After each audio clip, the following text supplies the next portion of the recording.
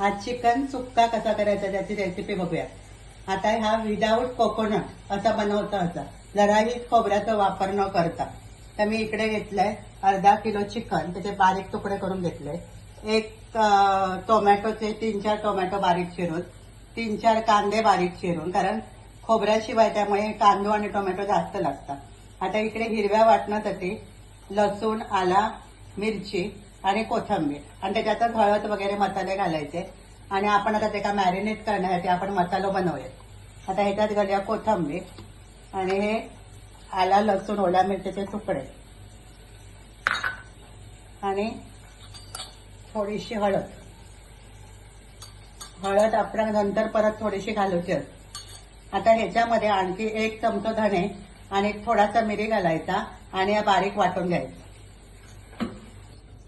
आता हा मसाला हिरवा आपण वाटून घेतलो तो आपण सगळं काढून घेऊया आणि ह्या चिकन मध्ये घालूया।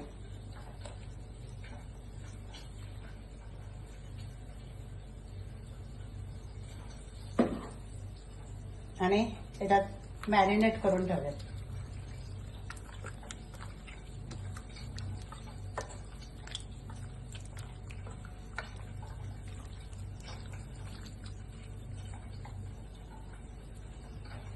आणि त्याच्यात घालायचा थोडासा मीठ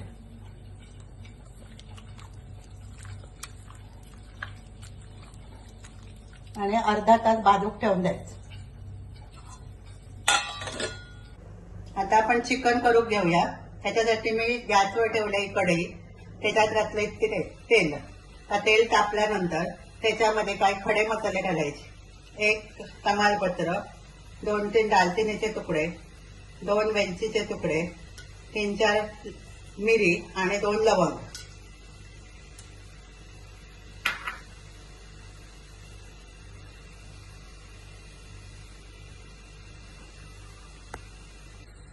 आता हे खडे मसाले जरा परतल्यानंतर ह्याच्यात घालायचो बारीक चिरलेलो कांदा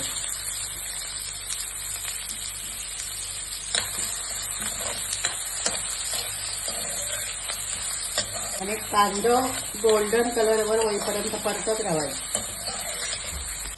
आता हा कांदा चांगला ब्राऊन झालो, आता त्याच्यात घालायचं टोमॅटो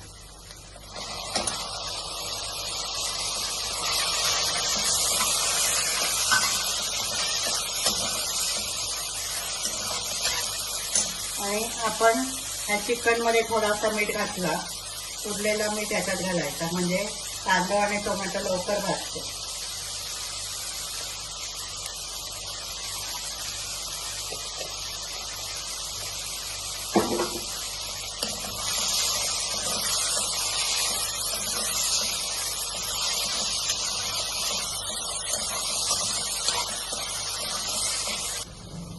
आता हे कांदा आणि टोमॅटो नीटपणे भाजले।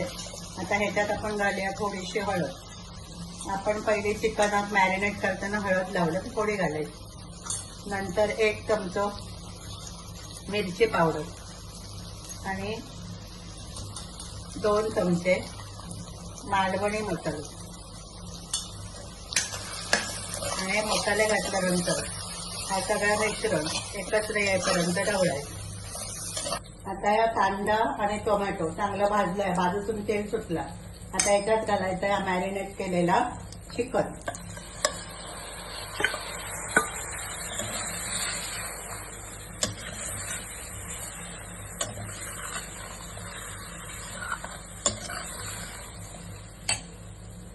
आणि थोडासा पाणी घालायचं, जास्त नाही।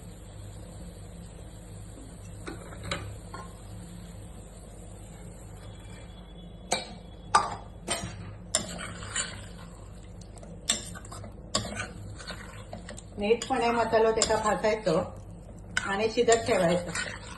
आता याच्यावर झाकण ठेवायचं आणि शिजत ठेवायचं। आता हे चिकन तयार झालं। त्याच्यात घालूया वरून थोडीशी कोथिंबीर